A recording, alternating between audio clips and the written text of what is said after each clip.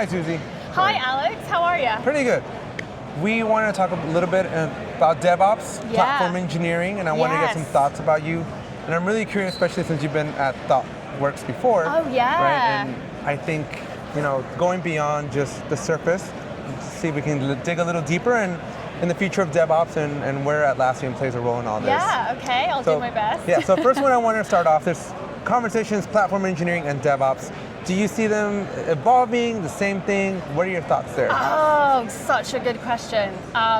It feels like when everyone was asking like dev and ops, is it DevOps? And then we added sec in the middle and you're like DevSecOps.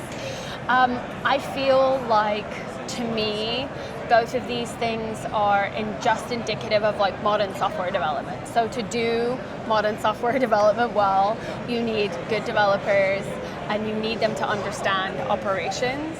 And the way that I see platform engineering orgs is they help you create repeatable standards, best practices. So I'm a developer, I'm doing my day job. I don't want to have to think about like, what should the best CI/CD pipeline look like? What are my coding standards for this particular language? So platform engineering orgs are those organizations who are going to help you, be the best, keep on top of the best practices, and help you platformize it across. So hopefully they go hand in hand, and we'll see them evolve over time. And so let's go a little bit deeper there, though, right? Because you said something very curious to me. Okay. So many different tools in DevOps, right? One of my favorite DevOps pictures is the table of the elements, right? Yes. Where you have so many different tools, so many possibilities, so many opportunities, right? How does Atlassian position themselves to support, enhance, and expand the capabilities here and be flexible but also best practice from that perspective? Yeah, it is an interesting question, and I think one that we think about a lot at Atlassian. Where is our place to play, right? Because we are not compliance specialists. We are not testing specialists. There are great best of breed tools in each of those boxes on that table. The way I see Atlassian and the work we do in DevOps is we want to bring that all together for you. So like when we saw some of the Rovo search stuff today, it's not just Confluence, we're going to search your Google Docs too. So you use GitHub, you use Bitbucket, you use Jenkins, you use CircleCI, cool. We want to bring that all in for you and be that plane of visibility for you.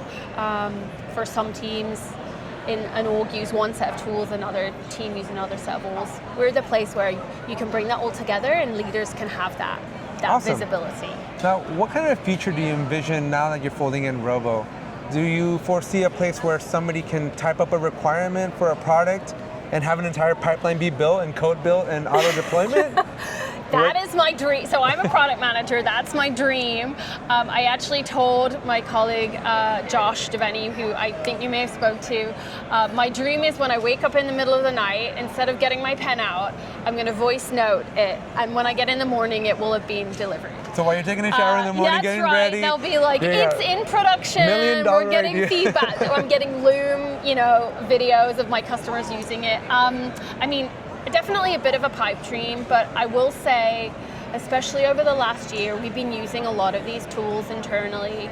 And for simple changes, these things are happening. You could put a Jira issue in and it will fix it for you. And I think then the question becomes, how do you manage all the things you could do with that, right? Without getting overwhelmed.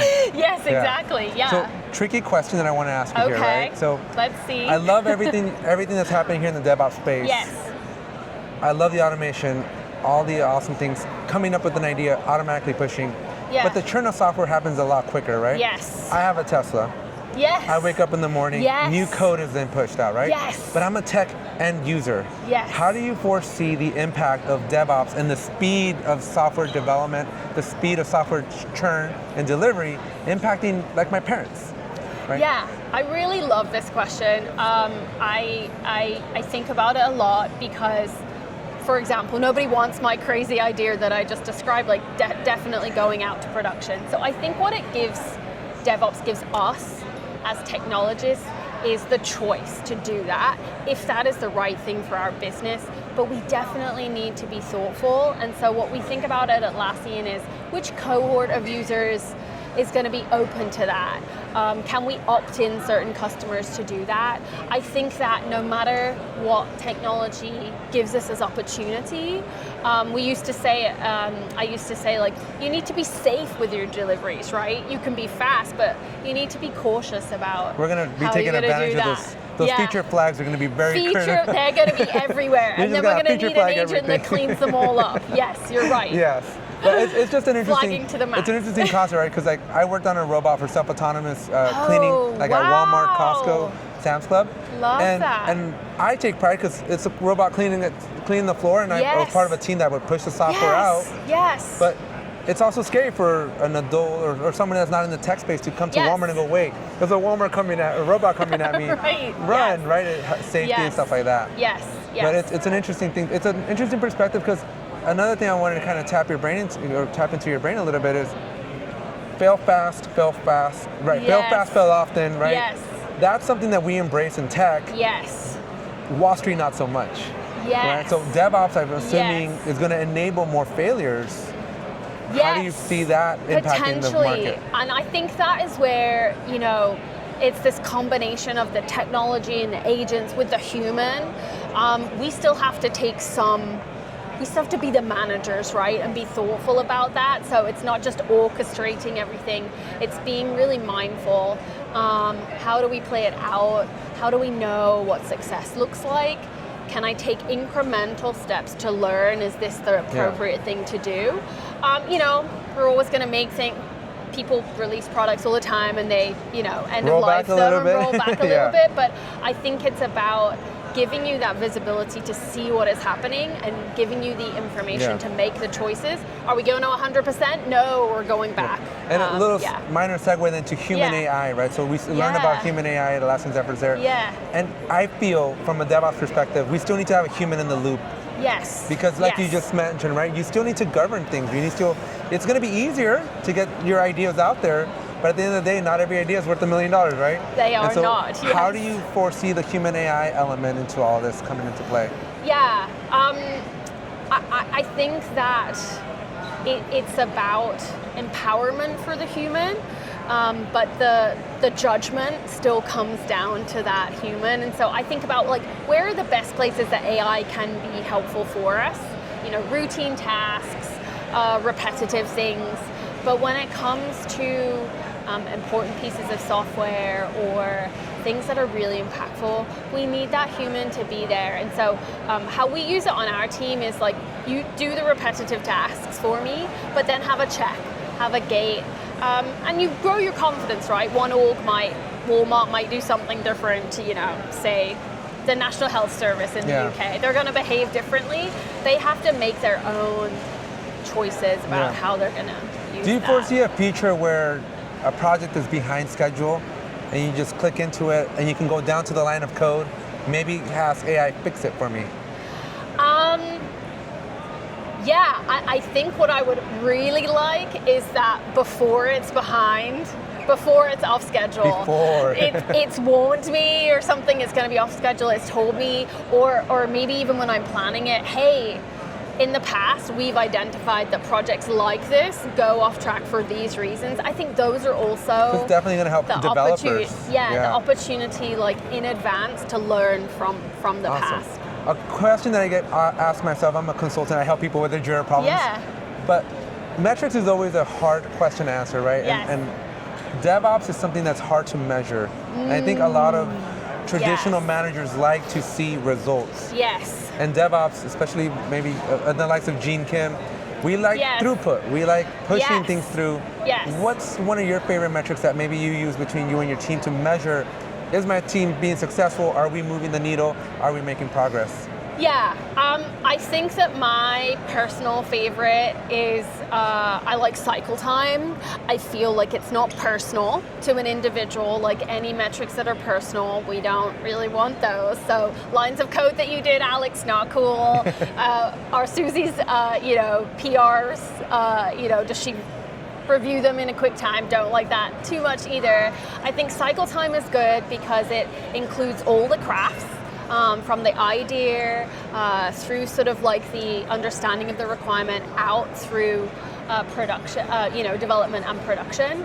And I feel like my experience has been, if you provide insight into that to a development team, they often know where the problem is, and it's just the idea of saying, hey, you got slower this week. What happened? Oh, right, we left so-and-so's code in a PR review, or we to your throughput question, we took on too many things, and so instead of moving one quickly through the cycle, we had 10 open at the same time. Yeah. So cycle time, good, oldie but a goodie. Nice. I like that one. Awesome. And finally, where do you draw your inspiration then for what comes next for DevOps?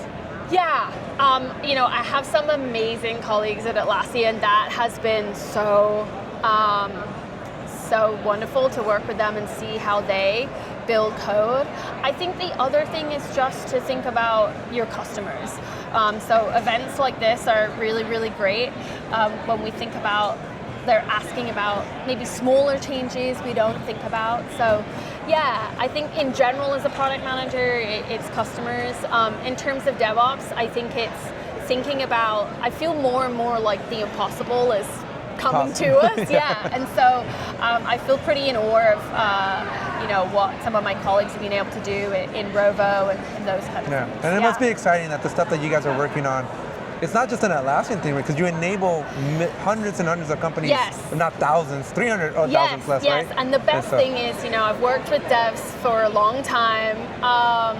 They're the biggest skeptics. So when you have an internal Atlassian team say, that improved my productivity by X%, you're like, oh, it actually probably did, and I feel confident to take it out to our customer. Bonus question. Yes. Can you give us a little bit of background? How did you become a woman in tech? Yes, absolutely. So I graduated with a degree in botany, which has nothing to do with technology. And I saw this awesome graduate program for ThoughtWorks in about 2005. And they were really, really hiring for aptitude. And I was like, I think that I have aptitude. So I feel super fortunate. They took me on with no software development background. They trained me.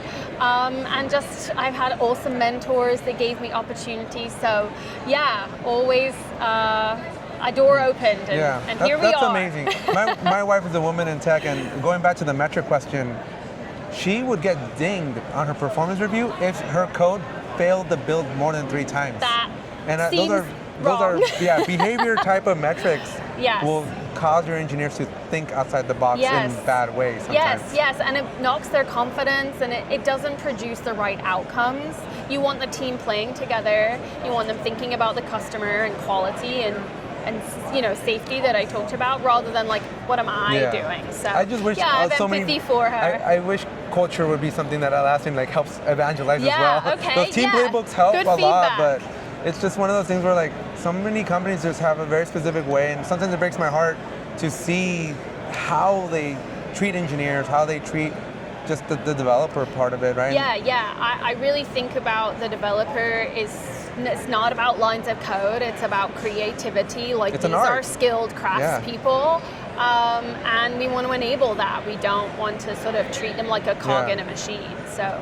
Well, thank you again very much, and appreciate your taking the time. Yeah, I know we can talk for hours, because I know I can, but we'll let you go to your next item. Thank you so much. It was so nice to. I didn't choose the Jira Life. The Jira Life chose me.